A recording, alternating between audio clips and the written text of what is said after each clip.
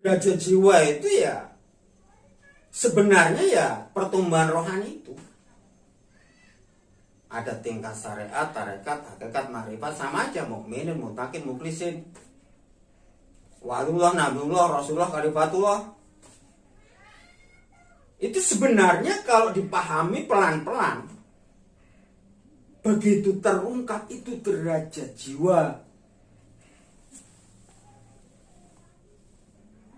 Semua mendapatkan tuntutan, hak dan kewajiban itu sama. Enggak laki-laki, enggak perempuan.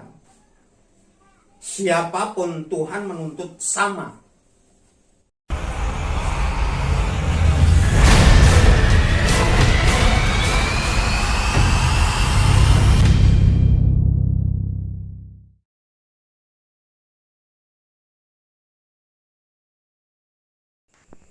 Assalamualaikum warahmatullahi wabarakatuh. Salam sejahtera bagi kita semua. Saudara mukminku dari seluruh agama, keyakinan, dan kepercayaan dimanapun kalian berada.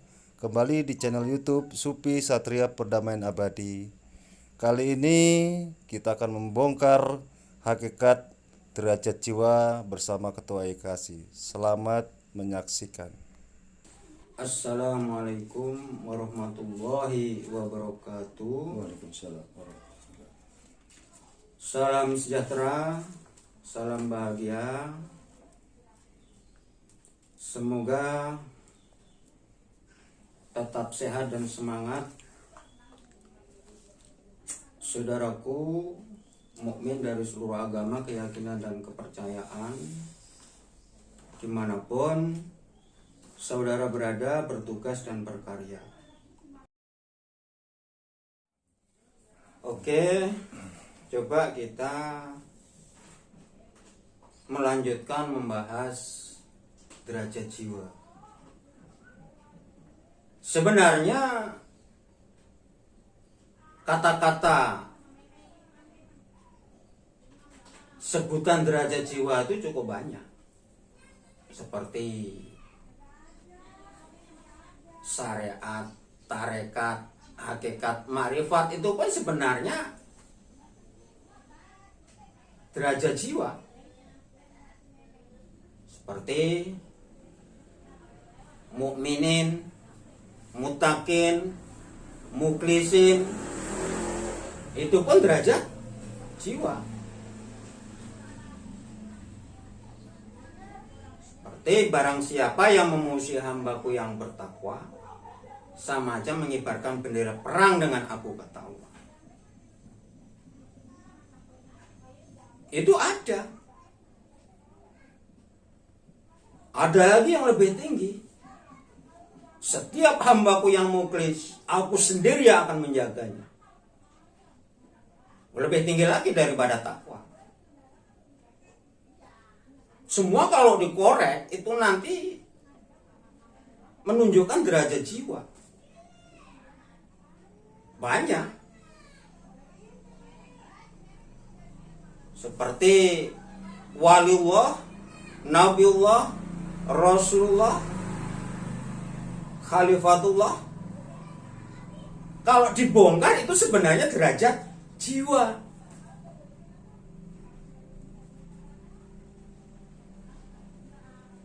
Jadi gambaran-gambaran derajat jiwa kayak itu.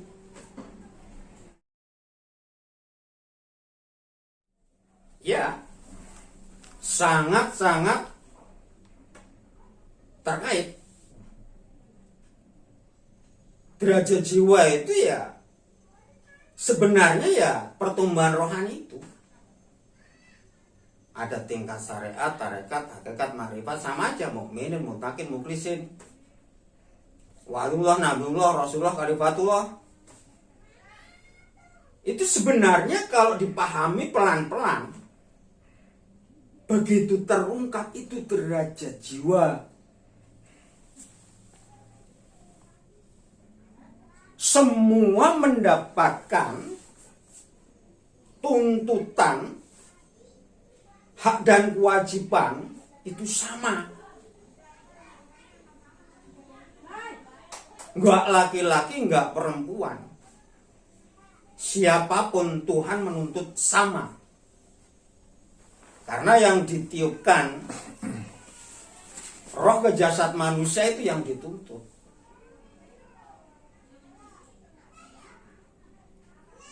Jadi yang membuat kita menjadi waliullah, menjadi nabiullah, rasulullah, khalifatullah itu jiwa. Selama ini kan masyarakat umum tidak menyadari. Karena pola belajarnya secara umum kan hanya siraman rohani, ya nggak bisa. Harus dengan pola belajar pencarian jati diri. Baru kita akan paham dan mengerti. Tanpa melalui proses pencarian jati diri menemukan guru sejati, nggak akan bisa. Mengungkap dan mengetahui misteri yang ada di dunia ini.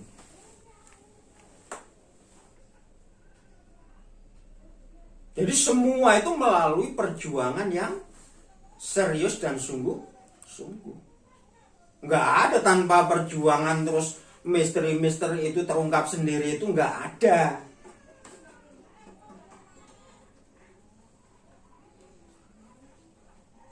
Jadi semua itu melalui perjuangan. Dan perjuangan itu semua membutuhkan pengorbanan. Dihalangi 1001 macam rintangan. Baru kita akan mendapatkan kemenangan. Jadi tidak mudah kita dilahirkan ke dunia ini, resikonya sangat tinggi.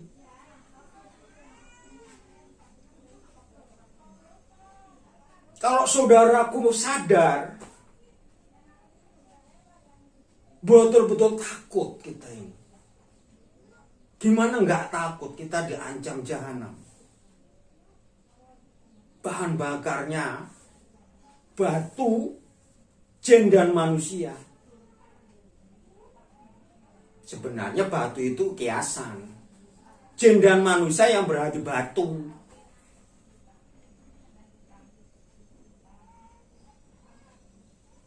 Jadi untuk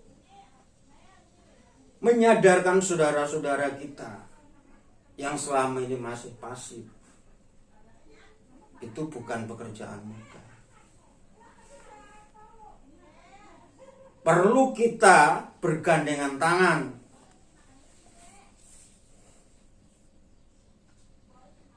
Perlu kita mengadakan revolusi moral.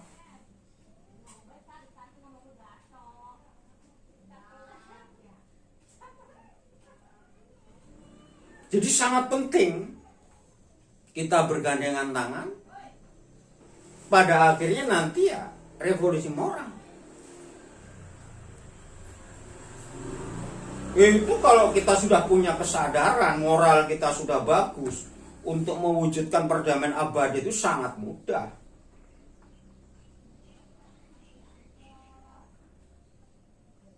Duana sudah disiapin tak terhingga jumlahnya di Kasepuan. Teknologi apa yang nggak bisa sekarang? Tinggal kesadaran tertinggi ini, tanpa revolusi moral nggak bisa.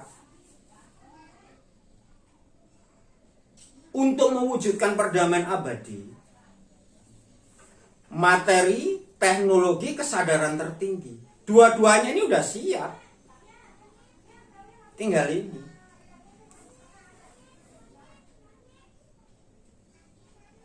Kalau umat manusia ini sudah punya kesadaran tinggi, tahu hakikat tujuan hidupnya, tahu jati dirinya, tahu Tuhannya, pasti akan berlomba-lomba di dalam berbuat kebaikan. Tidak ada yang membuat kerusakan. Otomatis sangat cepat sekali. Ditunjang teknologi, ditunjang materi yang luar biasa.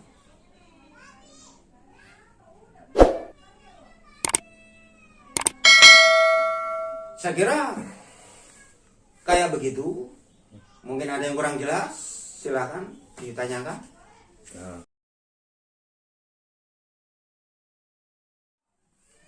Mukmin itu sebenarnya kan orang-orang yang beriman. Itu yang disebut mukmin.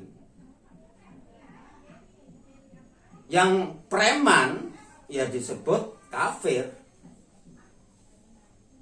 Yang beriman disebut mukmin, yang preman disebut kafir. Mukmin dengan muslim ya beda. Kalau muslim itu orang yang beragama Islam. Kalau mukmin itu orang-orang yang beriman, yang punya keyakinan tentang kebenaran. Karena mau berpikir tadi, mau belajar dengan benar, akan menjadi mukmin. Lambat laun kualitas mukmin itu akan meningkat. Kalau rohaninya sudah hidup, buahnya asupan gizi, dengan belajar yang benar tadi, akhirnya menjadi mutakin. Mukmin yang betul-betul takwa. Tumbuhnya terus, berkembang sampai berbuah. Muklisin. Udah beda lagi. Aku sendiri akan menjaganya, kata Tuhan. Mukminin, mutakin, muklisin. Jadi jiwa ini sebenarnya masih penuh dengan misteri. Gelar waliullah, nabiullah, rasulullah, khalifatullah itu kalau dibongkar pelan-pelan nanti ketemunya gelarnya jiwa. Ujung-ujungnya semua manusia kalau sudah jiwanya itu tinggi menjadi rahmatan lil alamin. Haknya nanti di kampung akhirat sama. Surga seluas langit dan bumi. Surga yang sangat menakjubkan. Sama haknya. Yang ingkar pun tuntutannya juga sama. Kalau selama ini yang disebut para nabi, para rasul itu kan untuk contoh aja. Tapi kita telan mentah-mentah, nggak kita kaji. Nabi itu kan pembina dan pembimbing. Itu kita kupas. Apa hakikat pembina dan pembimbing?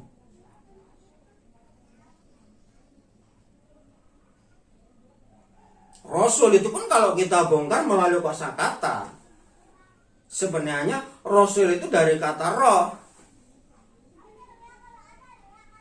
yang selalu usul, roh yang hidup, aktif, kreatif, inovatif, produktif, selalu berpikir positif.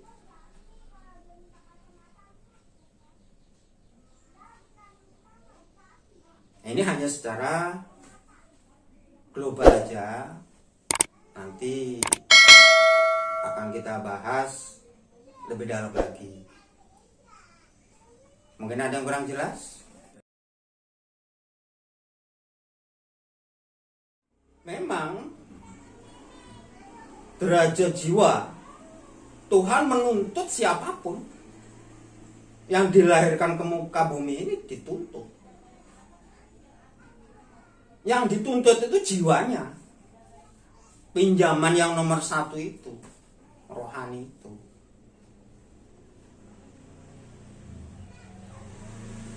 Itu yang harus kita pikirkan, bagaimana mempertanggungjawabkan rohani itu. Semua akan kita pertanggungjawabkan.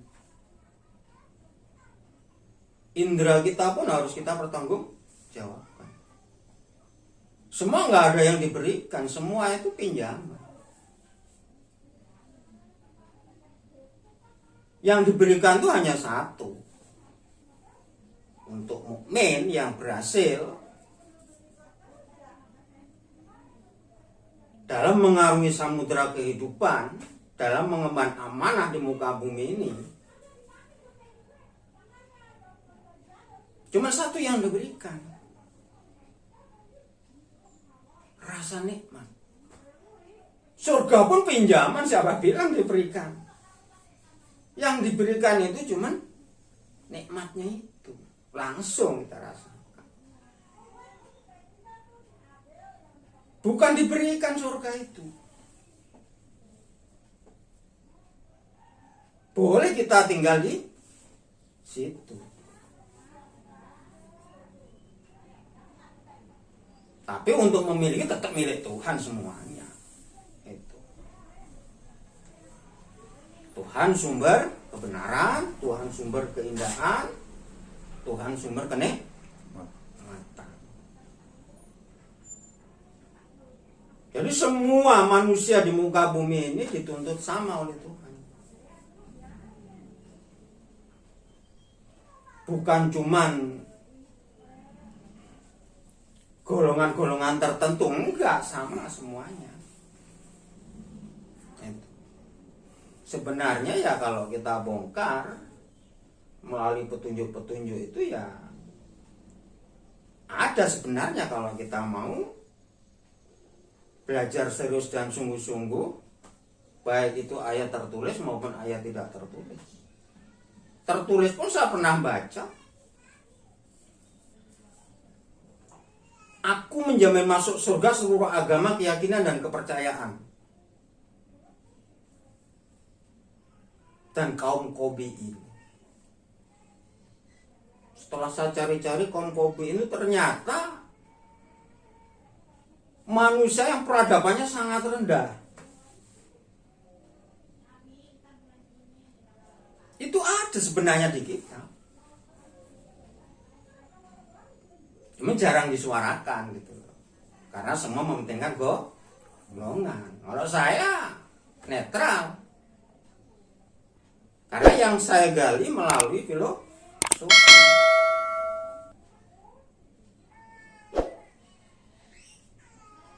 Nggak ada golongan saya.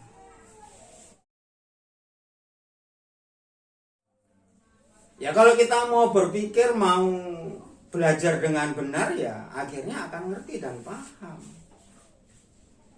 Yang membuat salah pengertian, salah pemahaman, salah penafsiran tadi karena belajarnya kurang serius dan sungguh-sungguh,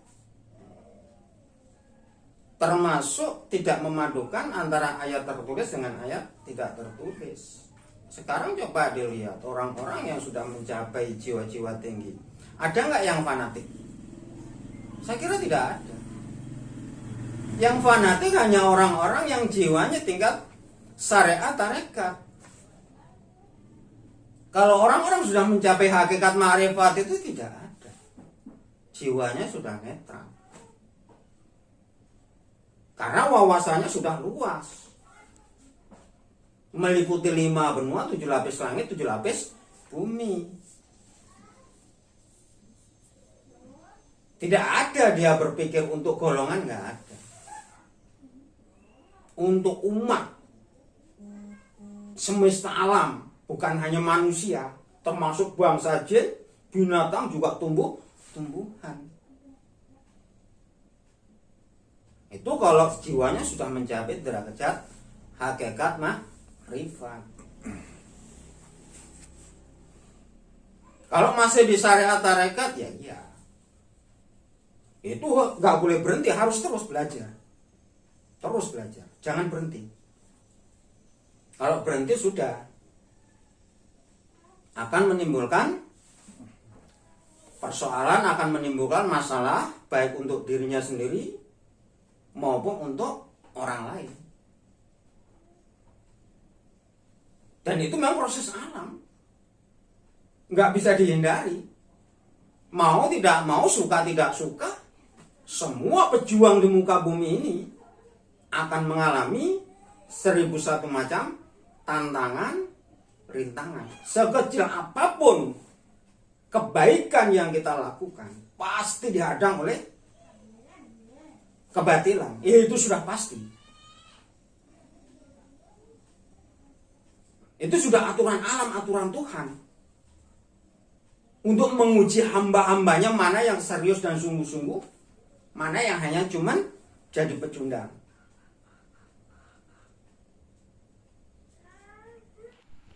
Baik, terima kasih atas penjelasannya. Lain waktu kita akan bahas kembali yang lebih dalam lagi. Jangan lupa like, subscribe, komen, dan bagikan video ini. Terima kasih. Assalamualaikum warahmatullahi wabarakatuh.